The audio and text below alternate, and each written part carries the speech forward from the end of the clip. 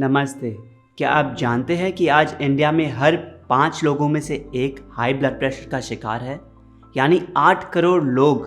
अब आप ये सोच रहे होंगे तो क्या फ़र्क पड़ता है, 8 करोड़ में से एक मैं भी हूँ तो क्या फ़र्क पड़ता है। फ़र्क अभी नहीं पड़ रहा, फ़र्क पड़ेगा आज से 10 साल बाद, जब यही ब्लड प्रेशर हार्ट ब्लॉकेज का रूप लेगा और इसी ब्लड प्रेशर की वजह से बाईपास सर्जरी करवानी पड़ेगी। जब इसी ब्लड प्रेशर के कारण न जाने कितने हॉस्पिटल के चक्कर काटने पड़ेंगे, कितना पैसा वेस्ट होगा और आपका ये हाल देखकर आपका परिवार कितनी तकलीफ से गुजरेगा। इतना क्यों अपने आप को डेंजर में डालना और डर डर के ज़िंदगी जीना, जब इसका सल्यूशन आप ही के हाथ में है। सात्विक लाइफस्टाइल अपनाकर आप अपने हाई ब्लड प्रेशर को ख़त्म कर सकते हो बिना किसी दवाई के।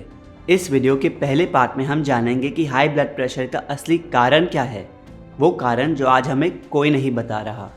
और दूसरे पार्ट में जानेंगे अपना डिटेल्ड मॉर्निंग रूटीन और फूड प्लान, जिसको फॉलो करके आप सिर्फ 21 दिन में अपने ब्लड प्रेशर को पूरी तरह कंट्रोल में ला सकते हैं। ऐसा हमारे कहने पे मत जाइए, आप खुद देख लीजिए आपके ही जैसे कुछ लोगों की कहानियाँ जिन्होंने ऐसा करके दिखाया। I was on a blood pressure medication for almost 9 years. I had taken all kind of medicines, whether it was homeopathic or allopathic, that won't go away. Both of us started this journey religiously from the 1st of September. My weight has come down. My blood pressure medicines are gone. I'm on no medication at this point of time, and I am perfectly healthy. My challenges of BP, regular headache. जब मैं ज़्यादा चलता था तो मुझे सांस हाफने लग जाता था. So I started following the lifestyle.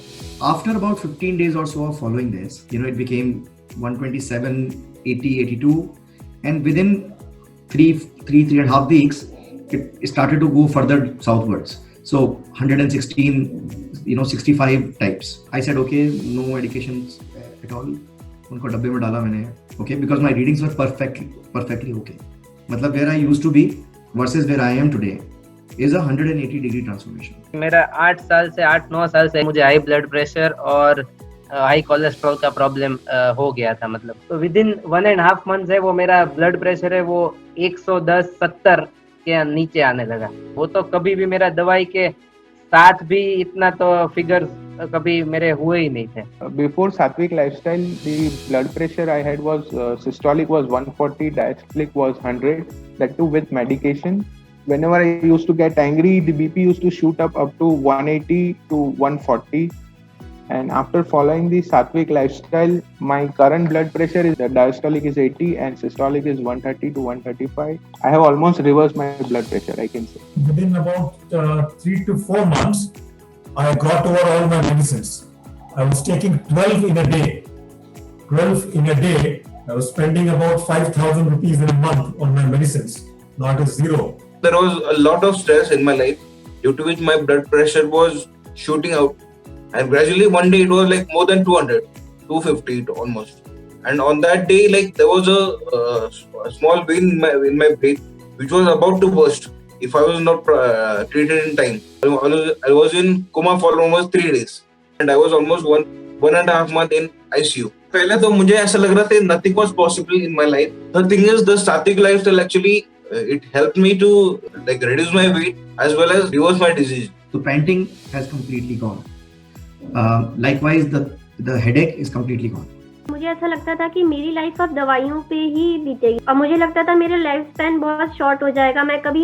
मुझे वो कभी खुशी नहीं मिलेगी, मुझे वो कभी शांति जो लाइफ में चाहिए वो कभी नहीं मिलेगी। बट जब मैंने ये फॉलो करना स्टार्ट किया तब मुझे लगा कि हाँ, लाइफ में होप है। अभी एक माइंडसेट ऐसा हो गया है पूरा कि कोई भी बड़े से बड़ा भी रोग है ना, उसके लिए भी दवाई की आवश्यकता नहीं है, वो भी नेचुरली क्योर हो सकता है, रिवर्स हो सकता है। मतलब मैं इसको फॉलो करके मैं अपनी लाइफ चेंज कर सकती हूँ, जो मुझे लगता था कि कभी चेंज नहीं होगी। ये lifestyle is the only way and this is extremely simple to follow. तो अगर नंबर गिनने हैं तो अपने ब्लड प्रेशर के मत गिनिए, अपने ब्लड प्रेशर के आखिरी दिनों के गिनिए। Because it's not if you can cure it, it's about how fast you can cure it. आप सोचिए, जिस दिन आपकी ये ब्लड प्रेशर की प्रॉब्लम रिवर्स हो जाती है, उस दिन से आपके बैक ऑफ द माइंड जो एक फियर बैठा है कभी भी फेंट हो जाने का ये हमेशा के लिए चला जाएगा। हेडेक एक हिस्ट्री बन जाएगा, कभी ब्रेथलेसनेस नहीं होगी। वज़न ज़्यादा है तो वज़न अपने आप कम हो जाएगा। बीपी के साथ और कोई दूसरी बीमारी है, sugar, thyroid, PCOD, skin problem, hair problem, तो वो भी रिवर्स हो जाएगी। दिन में एनर्जी कितनी भर जाएगी, आप अपनी ज़िंदगी बिना दवाइयों के खुल के जी पाओगे। इन सब लोगों ने भी अपनी जर्नी आप ही की तरह एक वीडियो देखकर शुरू की थी, लेकिन इन सभी ने सात्विक लाइफस्टाइल को रिलीजियसली फॉलो किया। इस वीडियो को एंड तक ज़रूर देखें, क्योंकि हम आपको बताएंगे उन्होंने क्या फॉलो करके अपने बीपी को हमेशा हमेशा के लिए गुड बाय किया। पर जब तक आप अपने हाई ब्लड प्रेशर का रूट कॉज नहीं समझेंगे, आप इसको कभी जड़ से नहीं मिटा पाएंगे। तो आइए समझते हैं इसका रूट कॉज क्या है। क्या आपको पता है कि आपका हार्ट हर वक्त ब्लड पंप कर रहा है ताकि वो ब्लड आपकी बॉडी के कोने कोने में पहुंचकर आपको जीवित रख सके। आपका हार्ट हमेशा ब्लड पंप करते रहता है, इसको कभी छुट्टी नहीं मिलती। जो प्रेशर आपके हार्ट को पंप करने में लगाना पड़ता है, इस ब्लड को हर जगह भेजने के लिए, इस प्रेशर को हम कहते हैं ब्लड प्रेशर। जब आपके हार्ट को ब्लड पंप करने के लिए ज़्यादा प्रेशर लगाना पड़ता है तो उसको हम कहते हैं हाई ब्लड प्रेशर। लेकिन हार्ट को ज़्यादा प्रेशर कब लगाना पड़ता है? जब हमारा ब्लड थिक हो जाता है, यानी जब हमारा खून गाढ़ा हो जाता है। अगर हार्ट जोर नहीं लगाएगा तो ये भारी ब्लड शरीर के कोने कोने में कैसे पहुंचेगा? पर ये तो कोई पूछता ही नहीं कि ये ब्लड गंदा हुआ कैसे। जब हम प्रोसेस्ड पैकेट बंद खाना, पूरी, पराठे, चाय, बिस्किट, नमकीन, स्नैक्स, तेल से भरा खाना खाते हैं तो ये अच्छे से डाइजेस्ट नहीं हो पाता, हमारी आंतों में जाकर चिपक जाता है। आंतों पे जो भी लगा होता है वो उसको अब्जॉर्ब कर लेती है और आपके पूरे शरीर में भेजती है। अगर गंदगी लगी होगी तो वो गंदगी ही अंदर लेगी और गंदगी ही पूरे शरीर में भेजेगी। फिर ये गंदगी, ये टॉक्सिन्स आपके ब्लड को गंदा करते हैं और भारी बनाते हैं और गाढ़ा बनाते हैं, जिसकी वजह से आपके बेचारे दिल को इसको पंप करने के लिए बहुत ज़्यादा जोर लगाना पड़ता है। असल में ये हाई ब्लड प्रेशर नहीं, हाई फूड प्रेशर है। आप समझिए, इस भारी ब्लड को पंप करना आपके हार्ट के लिए हैवी वेट लिफ्टिंग करने जैसा है। दिन में 24 घंटे, हफ्ते में 7 दिन हैवी वेट लिफ्टिंग करते रहता है आपका अंदर बैठा ये दिल। और जाहिर सी बात है कि जब हम किसी भी ऑर्गन से इतना काम करवाएंगे तो वो हमें जल्दी छोड़ के चला जाएगा। और इसीलिए आज हमें रिसर्च बता रही है कि जिन लोगों को बहुत लंबे समय तक बीपी का प्रॉब्लम रहती है, उनको आगे चल के हार्ट डिजीज़, स्ट्रोक और हार्ट फेलियर होता ही होता है।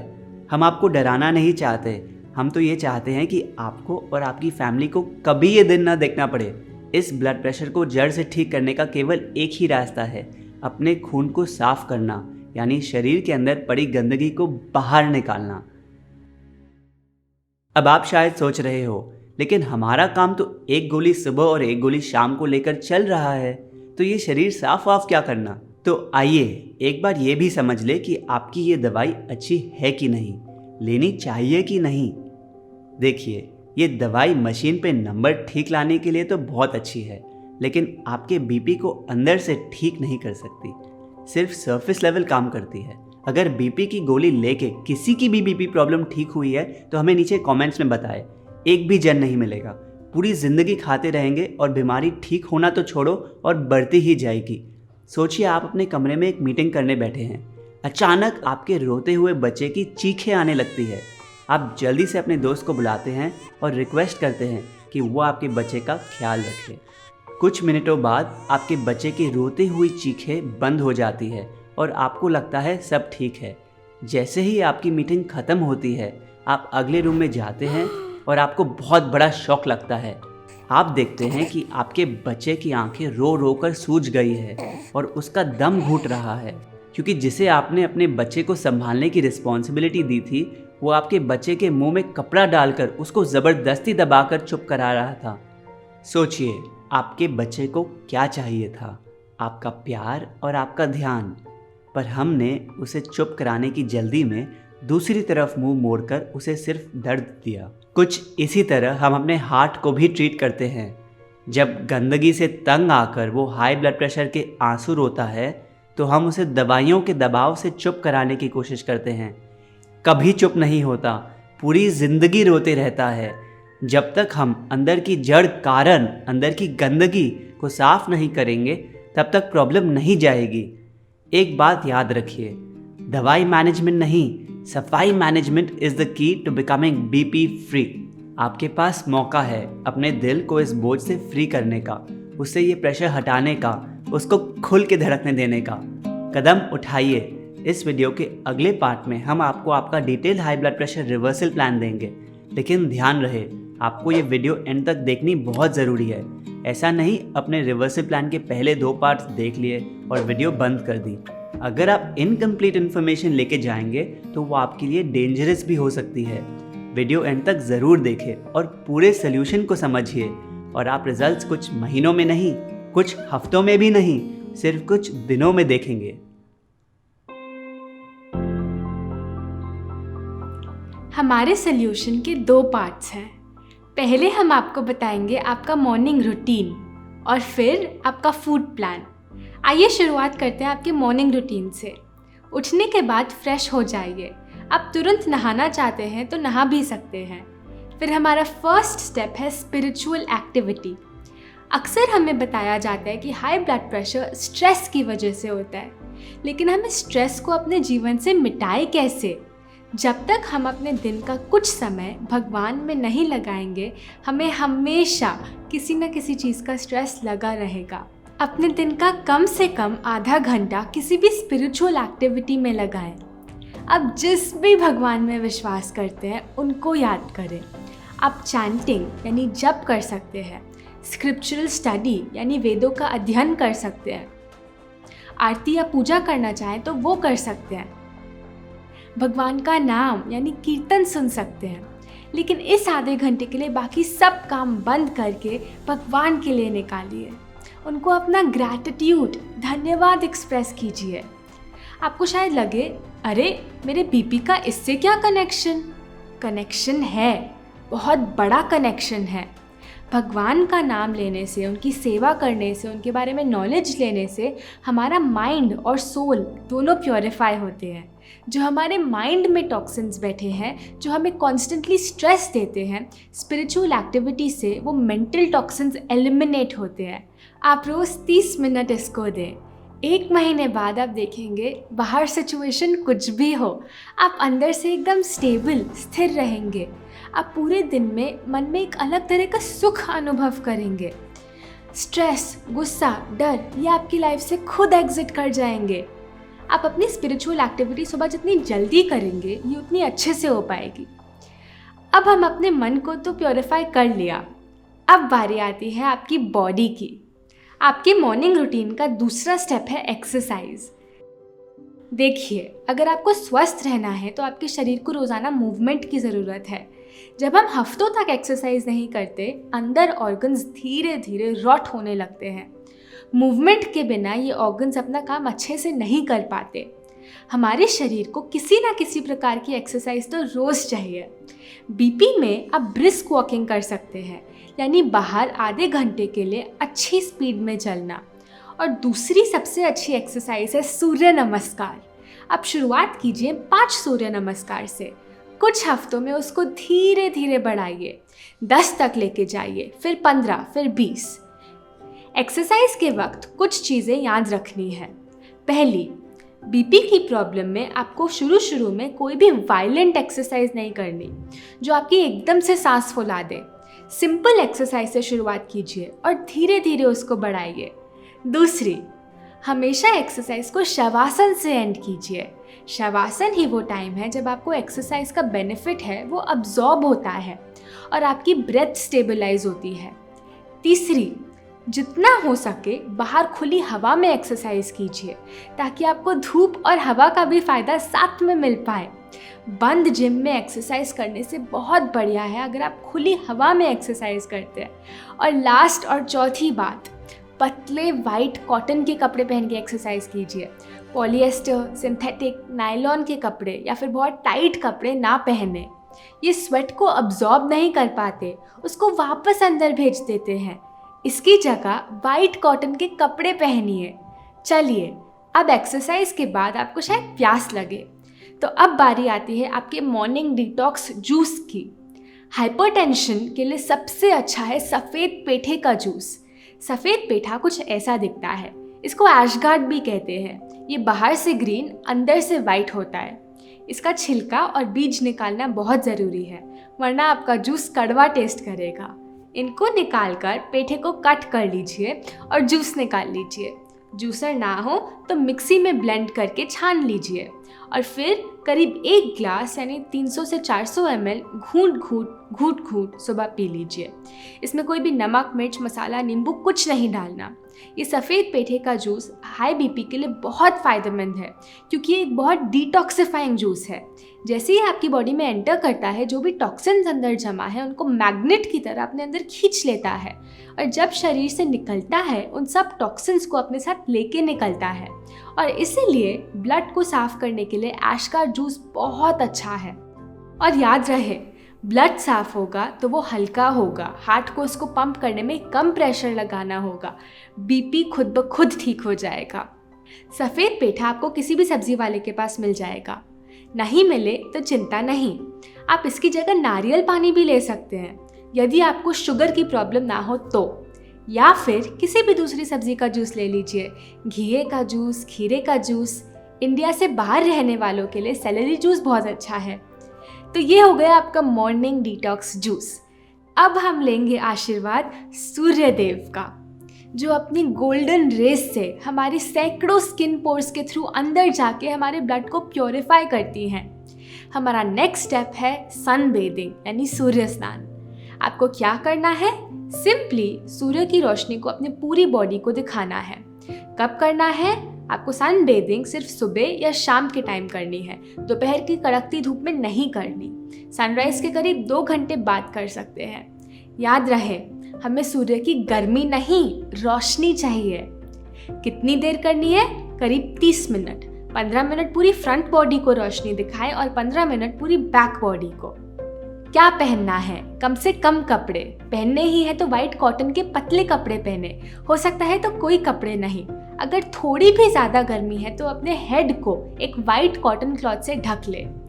सनबेथिंग करते समय कोई सनस्क्रीन नहीं लगानी, और हाँ, इसको हमेशा खुली हवा में करना है। कांच या ग्लास के थ्रू करने से उतना लाभ नहीं मिलता। इस टाइम का बेस्ट यूटिलाइज करने के लिए आप सूर्य स्नान के साथ साथ और कोई काम भी कर सकते हैं। बुक पढ़ सकते हैं, पॉडकास्ट या लेक्चर सुन सकते हैं, या प्राणायाम भी कर सकते हैं। सूर्य की रोशनी आपके लिए एक हीलिंग मेडिसिन है। जब सूर्य की रोशनी आपकी स्किन पर पड़ती है, आपकी स्किन थोड़ा गर्म महसूस करती है। उस समय ये रोशनी आपकी स्किन के अंदर जाकर आपके ब्लड वेसल्स के अंदर चल रहे खून तक पहुंचती है, और खून में से जो भी टॉक्सिन्स यानी गंदगी है उसको बाहर निकालती है। खून जब साफ हो जाता है तो अपने आप हल्का हो जाता है और अच्छी तरह फ्लो करने लगता है। हार्ट का काम ऑटोमेटिकली कम हो जाता है और ब्लड प्रेशर नॉर्मलाइज होने लगता है। सिर्फ ब्लड प्रेशर ही नहीं, सन बेदिंग के और बहुत सारे फायदे हैं। रोज सूर्य की रोशनी मिलने से हमारा मन खुश रहता है, स्ट्रेस गायब हो जाता है। ये अंदर बैठे जो भी वायरस या फंगस है उसको मारती है, इम्यूनिटी बढ़ाती है, त्वचा को साफ करती है, हड्डियों को मजबूत करती है। तो रोज बस थोड़ा समय अपने शरीर को सूर्य की रोशनी जरूर दिखाएं। चलिए अब अपने spiritual activity, exercise, detox, juice, sun bathing चारों कर लिए। अब आपके मॉर्निंग रूटीन के लास्ट 2 स्टेप बाकी हैं। बढ़ते हैं हाइपरटेंशन रिवर्सल प्लान के नेक्स्ट स्टेप पे, और वो है ठंडी पट्टी यानी वेट पैक। ये स्टेप हाइपरटेंशन के लिए बहुत ज़रूरी है। देखने में मामूली लगता है लेकिन इसका इफ़ेक्ट बहुत डीप है। क्या होती है ये ठंडी पट्टी और हमें क्या करना है? एक वाइट कॉटन का कपड़ा लीजिए, उसको लंबी पट्टी में फोल्ड कीजिए, करीब 10 इंच चौड़ी। फिर इसको ठंडे पानी में भिगोकर निचोड़ लें। पानी उतना ही ठंडा होना चाहिए जितना आप आसानी से सहन कर सके। पट्टी को पेट के चारों ओर इस तरह लपेट लें और फिर टक कर लें ताकि वो गिरे ना। आपकी नाभि इस पट्टी के बीच में होनी चाहिए। एक और छोटी पट्टी लें, करीब 2 इंच चौड़ी, ठंडे पानी में भिगोकर अपने गले पे लपेट लें। एक और छोटी पट्टी लें, ठंडे पानी में भिगोकर इसे अपने माथे पे लपेट लें। याद रहे, तीनों पट्टियों को हमेशा साथ में लगाएं। इसको 30 से 40 मिनट तक लगा के रखें। इसको आप दिन में कभी भी लगा सकते हैं, बस जब ये लगी हो उस समय कुछ खाना या पीना नहीं है। आप पट्टी के ऊपर अपने कपड़े पहनकर अपना कोई भी दूसरा काम भी कर सकते हैं। जब आप अपना हाइपोटेंशियल रिवर्सल प्लान फॉलो करना शुरू करेंगे, पहले 3 महीने इसको रोज़ 2 बार लगाना है, एक बार सुबह एक बार शाम, और फिर 3 महीने के बाद आप इसको छोड़ सकते हैं और फिर सिर्फ ज़रूरत पड़ने पर लगाएं। बहुत सर्दी के महीनों में पट्टी नहीं लगानी, उस समय इसको छोड़ दें, बाकी सारे स्टेप्स फॉलो करें। इस पट्टी से होता क्या है? पट्टी लगाने से आपके शरीर में 2 टेम्परेचर मेंटेन होते हैं। जहाँ पट्टी लगी है वो हिस्से बाकी शरीर से ज़्यादा ठंडे हो जाते हैं, और ये प्रकृति का नियम है कि जब भी 2 टेम्परेचर एक जगह मेंटेन होते हैं वहाँ सर्कुलेशन बढ़ जाता है। तो पट्टी लगाने से आपका ब्लड सर्कुलेट करने लगता है। सर्कुलेट करने से जो भी ब्लड के अंदर गंदगी, टॉक्सिन्स फंसे हैं, वो भी सर्कुलेट होने लगते हैं और फिर बाहर निकलने लगते हैं। पहले जो खून एकदम गाढ़ा और गंदा हो गया था वो साफ और हल्का होने लगता है। खून हल्का होगा तो ऑटोमेटिकली हार्ट को उसको पंप करने में कम प्रेशर लगाना पड़ेगा, ब्लड प्रेशर नॉर्मलाइज होगा ही होगा। इस प्रोसेस को आपके लिए इजी करने के लिए हमने पट्टी को अपने वेबसाइट पे भी अवेलेबल किया है, वहाँ से आप इसको डायरेक्टली ऑर्डर कर सकते हैं। एक और बात, ये वेट पैक सर दर्द के समय भी बहुत फ़ायदेमंद है। जब भी आपको हेडेक हो, दवाई ना लें, तुरंत अपने माथे पे वेट पैक लगाएं, आपका हेडेक यूं चला जाएगा। चलिए, बस अब आपका मॉर्निंग रूटीन का लास्ट स्टेप रह गया और वो है एनेमा। आपको पता है बीपी की प्रॉब्लम की शुरुआत होती कहाँ से है? आपकी इंटेस्टाइन से, आंतों में। Constipation is the mother of all diseases, even high blood pressure. अगर आपको आज हाई ब्लड प्रेशर की प्रॉब्लम है तो मतलब आंतों में गंदगी जमी है। तो हमें इस गंदगी की हार्ड कोटिंग को मेल्ट करना है। कैसे? एनेमा लेके। एनेमा एक ऐसा प्रोसेस है जो आप खुद ले सकते हैं, आपको किसी और की ज़रूरत नहीं। ऐसा एनेमा ले जो कुछ ऐसा दिखता है। इसको पहले पानी से धो ले और फिर एनेमा पॉट में 300 से 500 ml साफ पानी भर ले। इसको लेने की बेस्ट जगह है आपका बाथरूम। पाइप की टिप पे थोड़ा तेल लगा लीजिए, फिर इसको किसी ऊंचे शेल्फ पर रख लें। अपनी कमर से ऊंचा होना चाहिए। ज़मीन पे कोई मैट बिछा लीजिए और फिर घुटनों के बल उल्टा लेट जाइए और पाइप को सिर्फ 2 इंच रेक्टम के अंदर डाल लें। एक हाथ से पाइप को पकड़े रखें ताकि वो बाहर ना गिरे। जल्द ही पानी एनेमा पॉट से खाली होकर आपकी इंटेस्टाइन्स में भर जाएगा। फिर पाइप को बाहर निकाल लें और पानी को जितना देर अंदर होल्ड कर सकते हैं उतनी देर होल्ड कीजिए, करीब 5 से 7 मिनट। बीच में थोड़ी वॉक कर लें, अपने पेट की मसाज करते रहिए। इस दौरान अंदर जो पानी है वो आपकी आंतों में जो भी गंदगी है, पॉइजन है, उनको बाहर खींच रहा है।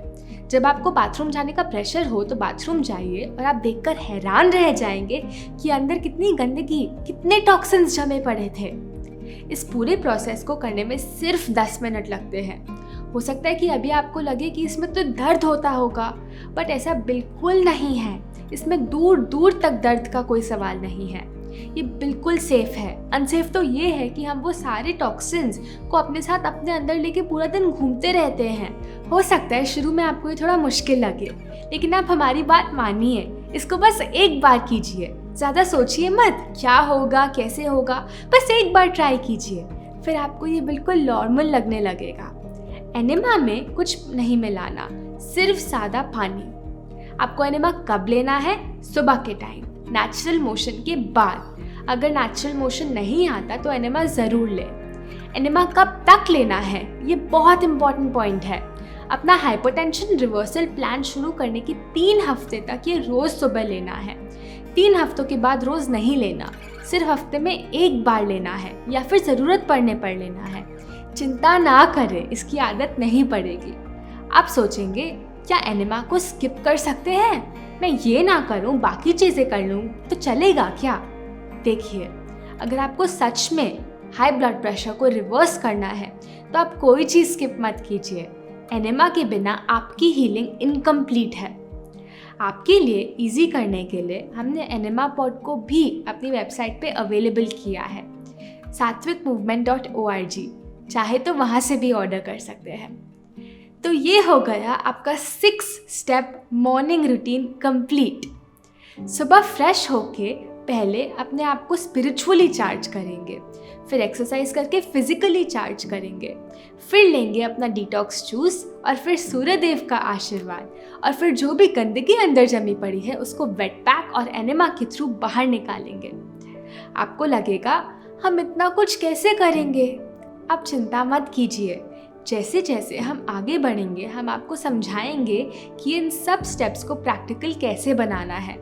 अभी आप बस खुले माइंड से सब कुछ अच्छे से समझिए। वैसे भी इन 6 में से एनेमा और वेट पैक तो आपको बस कुछ ही टाइम तक करना है। अल्टीमेटली तो बस 4 स्टेप्स बचेंगे जो कि बहुत आसान है, हमारा विश्वास कीजिए। अब बढ़ते हैं सात्विक फूड प्लान पे। देखिए, 2 तरह के खाने होते हैं, ब्लड थिकनिंग फूड यानी ऐसा खाना जो आपके खून को गाढ़ा बनाता है, और दूसरी तरफ ब्लड क्लेंजिंग फूड यानी ऐसा खाना जो उसको साफ करके पतला रखता है। ब्लड थिकनिंग फूड की पहली कैटेगरी है डेड फूड, यानी वो जो पैकेट, बॉटल, डब्बे, टिन, कार्टन में बंद आता है। ये सब चीज़ें हमारे शरीर में गोंद की तरह चिपक जाती हैं और फिर अंदर बैठी बैठी सड़ती हैं और गंदगी क्रिएट करके ब्लड को मोटा करती हैं। इसमें कोई जान नहीं है, ये डेड फूड है। जो चीज़ खुद डेड है वो आपको लाइफ कैसे दे सकती है? दूसरी तरफ है लिविंग फूड, यानी वो जिसमें जान होती है, जैसे कि फ्रूट्स, वेजिटेबल्स, स्प्राउट्स और ग्रेन्स, जो हमें सीधा सीधा माँ प्रकृति से मिलता है। ये शरीर के अंदर जमी गंदगी को निकालने में मदद करते हैं। डेड फूड को आइडेंटिफाई करने का एक सिंपल फॉर्मूला है। जिस खाने का टीवी पे कमर्शियल आता है, समझ जाना वो फूड नहीं, प्रोडक्ट है। खून गंदा करने वाले खाने की दूसरी कैटेगरी है रिफाइंड फूड, यानी सफ़ेद चावल, बिना चोकर का आटा, सफ़ेद चीनी, तेल और तेल से बनी चीज़ें, मैदा, ये भी हमारे हार्ट पे बहुत जोर डालती हैं। ये सभी चीज़ें हमें माँ प्रकृति से सीधा सीधा नहीं मिलती। इसकी जगह आपको ऐसा खाना खाना है जो होलसम है, यानी ब्राउन राइस, चोकर सहित आटा और खजूर या गुड़, इन सब में पूर्णता है। अब जो हम नेक्स्ट आपको बताने जा रहे हैं, हो सकता है आपके लिए शुरू में एक्सेप्ट करना थोड़ा मुश्किल हो। ब्लड थिकनिंग फूड की तीसरी कैटेगरी है एनिमल बेस्ड फूड, यानी नॉन वेज, मछली, अंडा, दूध और दूध से बने प्रोडक्ट्स। इन सभी चीज़ों में बहुत ज़्यादा कोलेस्ट्रॉल होता है जो कि हमारी आर्टरीज की दीवारों पे जाके चिपक जाता है। आर्टरीज में जगह कम हो जाती है और इसकी वजह से फिर से हमारे दिल को ब्लड को आर्टरीज में पंप करने के लिए और प्रेशर लगाना पड़ता है। इसकी जगह प्लांट बेस्ड फूड खाएं, वो जो पेड़ पौधों से आता हो। नहीं, ये बिल्कुल बोरिंग नहीं होने वाला, क्योंकि हमने आपके लिए सभी चीज़ों के सब्स्टिट्यूट्स बनाए हैं, जिसकी और डिटेल आपको हमारी सात्विक फूड बुक में मिल जाएगी। डेयरी मिल्क की जगह कोकोनट मिल्क ले सकते हैं, डेयरी चीज़ की जगह नट चीज़ ले सकते हैं। हमने इस बुक में छाछ से लेकर आइसक्रीम तक सभी के प्लांट बेस्ड वर्जन्स बनाने सिखाए हैं।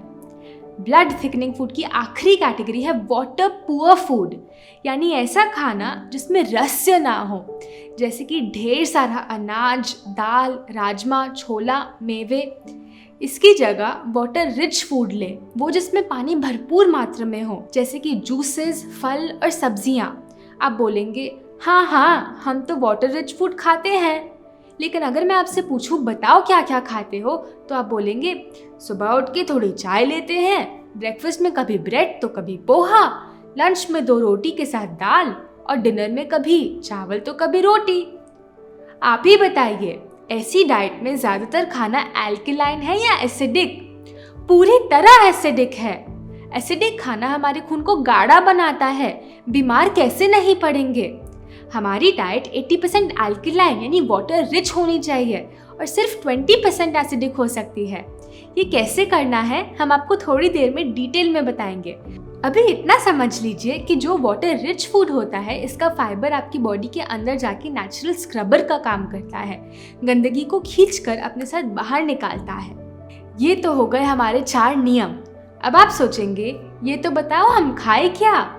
आइए डिस्कस करते हैं आपका नया फूड प्लान। सुबह उठ के सबसे पहले किसी भी सब्जी का जूस ले सकते हैं, सफ़ेद पेठे का रस, नारियल पानी या कोई भी सब्जी का जूस।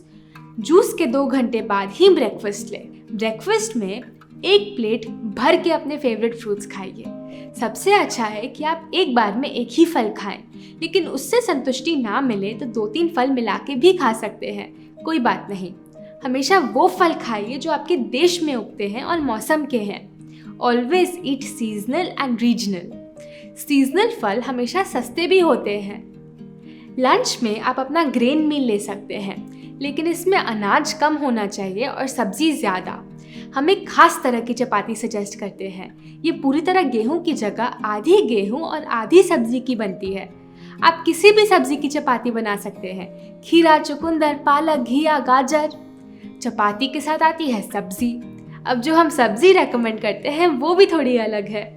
तेल की बजाय हम इसमें नारियल घिस के डालते हैं और मिर्च मसालों की जगह हम इसमें ताज़ी पत्तियां डालते हैं। हमने ये चपाती और सब्जी बनाने की विधि समझाने के लिए एक अलग वीडियो बनाई है, जो आप इस वीडियो के बाद हमारे चैनल पे ज़रूर देख सकते हैं। यदि आप एक चपाती खाते हैं तो 2 कटोरी सब्जी खाएं। यदि 2 चपाती खाते हैं तो 4 कटोरी सब्जी खाएं। मतलब सब्जी ज़्यादा खाएं और अनाज कम। एक और बात, एक बार में एक ही अनाज खाएं, 1 ग्रेन पर मील। ऐसा नहीं 2-2, 3-3 अनाज मिला के खा रहे हैं। दाल रोटी की जगह सब्जी रोटी खाएं, दाल चावल की जगह सब्जी चावल खाएं। मल्टीग्रेन आटा बिल्कुल बेकार, प्रकृति ने हमें नहीं दिया। राजमा, चना, छोला बिल्कुल नहीं खाना, कम से कम तब तक जब तक आप पूरी तरह ठीक नहीं हो जाते। आप डिनर में सूप या सैलेड ले सकते हैं। चाहे तो लंच और डिनर को स्विच भी कर सकते हैं। आपको शायद लगे ये तो अभी जो मैं कर रहा हूँ उससे बहुत अलग है। हाँ जी, अलग तो होगा ही। यदि आप वही चीज़ें करते रहेंगे जो आप पहले करते थे तो आपका हाई ब्लड प्रेशर रिवर्स कैसे होगा। लेकिन चिंता ना करें, आपको इसमें बहुत जल्द बहुत मज़ा आने लगेगा। हम में से कुछ लोगों को लगता है कि हमारा बीपी स्ट्रेस की वजह से है। एक बात याद रखिएगा, जैसा अन्न वैसा मन। जब आप ये सात्विक खाना खाएंगे तो आप में धीरे धीरे सारे सात्विक गुण भी आने लगेंगे। Happiness, compassion, love, bliss, self control, fearlessness, purity. दूसरी तरफ जो खाना बहुत मिर्च मसालों से भरा होता है, बासी सड़ा हुआ खाना, नॉनवेज, मीट, अंडे, चाय, कॉफ़ी, ये सब राजसिक और तामसिक कैटेगरी में आते हैं और हमारे अंदर ईगो, एंजाइटी, गुस्सा, इम्पेशेंस, डर, डिप्रेशन, आलस्य और टायर्डनेस लाते हैं। अगर आप राजसिक और तामसिक खाने के रास्ते पे चलते रहोगे तो ये समझ लीजिए कि heart disease, stroke, heart attacks बहुत दूर नहीं हैं। इस खाने का नेचर ही ये है, बीमारी पैदा करना। हमारा काम है आपके सामने सच्चाई लाना। चॉइस पूरी तरह आपकी है। जब आप ये डाइट प्लान फॉलो करना शुरू करेंगे तो एक और बहुत ज़रूरी बात ध्यान में रखेंगे, और वो है 16 आवर फास्टिंग, यानी 16 घंटे उपवास। जब हम डॉक्टर के पास जाते हैं तो वो अक्सर हमें ब्लड थिनिंग मेडिसिन दे देते हैं, लेकिन आपको पता है प्रकृति ने, मदर नेचर ने हमें एक नेचुरल ब्लड थिनिंग का तरीका दिया है। ये तरीका है उपवास। और उपवास करने का आज की मॉडर्न लाइफ में ईजीएस्ट तरीका है 16 आवर फास्टिंग, यानी 16 घंटे उपवास। 16 घंटे उपवास कैसे करना है? सिंपली अगर आप अपना डिनर शाम को 7 बजे खाते हैं तो अपना नेक्स्ट सॉलिड मील अगले दिन सुबह 11 बजे ही लीजिए। 6 बजे खाते हैं तो 10 बजे ले लीजिए। बेसिकली हर रात 16 घंटे अपनी बॉडी को ब्रेक देना है। जितना मुश्किल अभी लग रहा है उतना है नहीं, क्योंकि 16 में से ज़्यादातर समय तो आप सो ही रहे होंगे। 16 घंटे उपवास क्यों करना है? क्योंकि आपकी बॉडी एक बार में एक ही काम अच्छे से कर पाती है, डाइजेशन यानी खाने को पचाने का काम, या क्लीनिंग यानी ब्लड में से वेस्ट को बाहर निकालने का काम। जब आप पूरा दिन खाते ही रहते हैं तो आपकी बॉडी दिन में 24 घंटे डाइजेशन में ही बिजी रहती है, उसको सफाई का टाइम ही नहीं मिलता। जब आप रोज़ रात अपने शरीर को 16 घंटे खाने से ब्रेक देते हैं तो आपका शरीर डाइजेशन को छोड़ के क्लीनिंग पे लग पाता है। हर दिन 16 घंटे का उपवास करने से सालों पुरानी अंदर जमी गंदगी बाहर खुद ब खुद निकलने लगती है। ब्लड साफ होने लगता है, जिसकी वजह से वो हल्का होने लगता है। हार्ट को इसको पंप करने में प्रेशर कम लगाना पड़ता है। बीपी रिवर्स होने लगता है। हमने आपको इतनी सारी नई चीज़ें बता दी हैं। जाहिर सी बात है कि आपके मन में अभी बहुत सारे प्रश्न आ रहे होंगे। चलिए उनको भी आंसर करते हैं।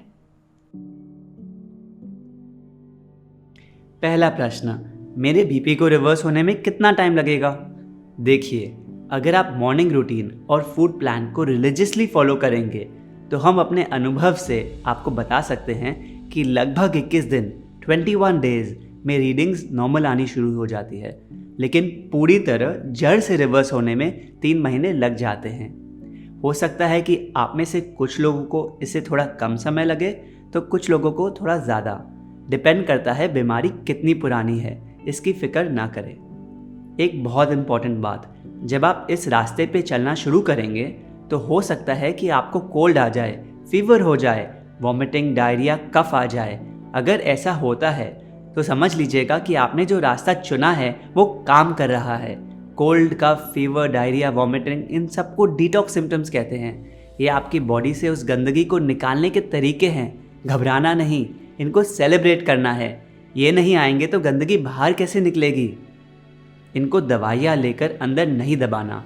क्या करना है, उस समय 1-2 दिन का फुल फास्टिंग कर ले, पूरे दिन लिक्विड्स लेते रहे और सॉलिड फूड को छोड़ दे। उस समय ठंडी पट्टी और एनिमा तो करना ही है ताकि बॉडी और जल्दी साफ हो पाए। दूसरा क्वेश्चन, मैंने तो सुना है कि हाई बीपी हेरिडिटरी प्रॉब्लम है, फिर कैसे ठीक होगी? देखिए, हम ये मानते हैं कि लगभग 99% बीमारियाँ जिनको हेरिडिटरी बोला जाता है वो हेरिडिटरी नहीं होती। Disease is not hereditary, our kitchen is hereditary. जाहिर सी बात है कि अगर एक बच्चा वही खाना खाएगा जो उसके माता पिता खाते हैं तो उसको बीमारियां भी वही होगी। जिन लोगों के आपने हीलिंग स्टोरी सुनी, उनकी फैमिली में बीपी के बावजूद भी उन्होंने अपना बीपी के प्रॉब्लम्स को सॉल्व किया, रिवर्स किया। इसका क्या मतलब है? हमारा बीपी हमारे हाथ में है, हमारे जीन्स में नहीं। तीसरा क्वेश्चन, हम दवाइयाँ कैसे छोड़ें? देखिए, जब आप ये लाइफस्टाइल फॉलो करेंगे तो आपकी बीपी की रीडिंग्स अपने आप नॉर्मल आने लगेंगी और दवाइयों की ज़रूरत ही ख़त्म हो जाएगी, क्योंकि जो काम दवाइयाँ आर्टिफिशियली कर रही थी वो आपके फूड और लाइफस्टाइल ने नेचुरली कर दिया।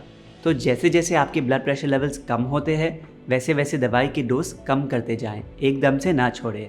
हम रेकमेंड करते हैं कि आपके जो भी मेडिकल डॉक्टर है आप उनकी सलाह लेकर ही दवाई कम करें। हम यकीन से कह सकते हैं कि अगर आपने ये प्लान रिलीजियसली फॉलो किया तो आप मेडिसिन फ्री और डिजीज़ फ्री लाइफ ज़रूर जिएंगे। चौथा क्वेश्चन, जब मैं कभी बाहर जाता हूँ या ट्रैवल करता हूँ तो कैसे फॉलो करूँ? जब आप बाहर जाते हैं, ट्रैवल करते हैं तो हो सकता है 100% रूटीन न फॉलो हो पाए। सिर्फ उस समय के लिए 70% रूटीन फॉलो कर ले। स्पिरिचुअल प्रैक्टिस तो ऐसी चीज़ है जो आप कभी भी कर सकते हो। अगर आप 30 मिनट्स नहीं निकाल सकते तो 5-10 मिनट निकाल कर भगवान को याद करें या वेदों का अध्ययन करें। एक्सरसाइज, इसका तरीका तो आप ढूंढ ही लोगे। अगर सनलाइट में नहीं हो सकता कोई बात नहीं, कम से कम रूम के अंदर कर लो। सन बेदिंग जितना हो सकता है उतना कर लीजिए। कभी धूप ना हो तो उस दिन छोड़ दीजिए। एनिमा तो वैसे भी आपको शुरू के सिर्फ 3 हफ्ते रोज़ लेना है, उसके बाद तो सिर्फ ज़रूरत पड़ने पर ही लेना है। उन 3 हफ्तों में भी यदि आप ट्रैवल कर रहे हैं तो अपने साथ ले जाइए। ठंडी पट्टी भी आपको सिर्फ शुरू के 3 महीने रोज़ करनी है, इसके साथ भी आप आराम से ट्रैवल कर सकते हैं। अब आती है बात फूड प्लान की। अगर आप महीने में 2-3 दिन बाहर जाते भी हैं तो एक सिद्धांत को पकड़ के रखिए, 1 ग्रेन मील अ डे। उसमें जो मिलता है खा लो, बाकी दिन फल, सब्जियों और जूसेस पे रहिए। और 16 आवर फास्टिंग तो ऐसी चीज़ है जो आप दुनिया में किसी भी कोने में कर सकते हैं। अब और इंतज़ार नहीं, आज अपने दिल पे हाथ रख के अपने आप से प्रॉमिस करिए कि आप उसको और तकलीफ़ नहीं देंगे। इस वीडियो को उन सभी के साथ शेयर करें जो आज इस बीमारी से गुजर रहे हैं, ताकि वो भी बिना दवाई हाई बीपी को ठीक कर पाए।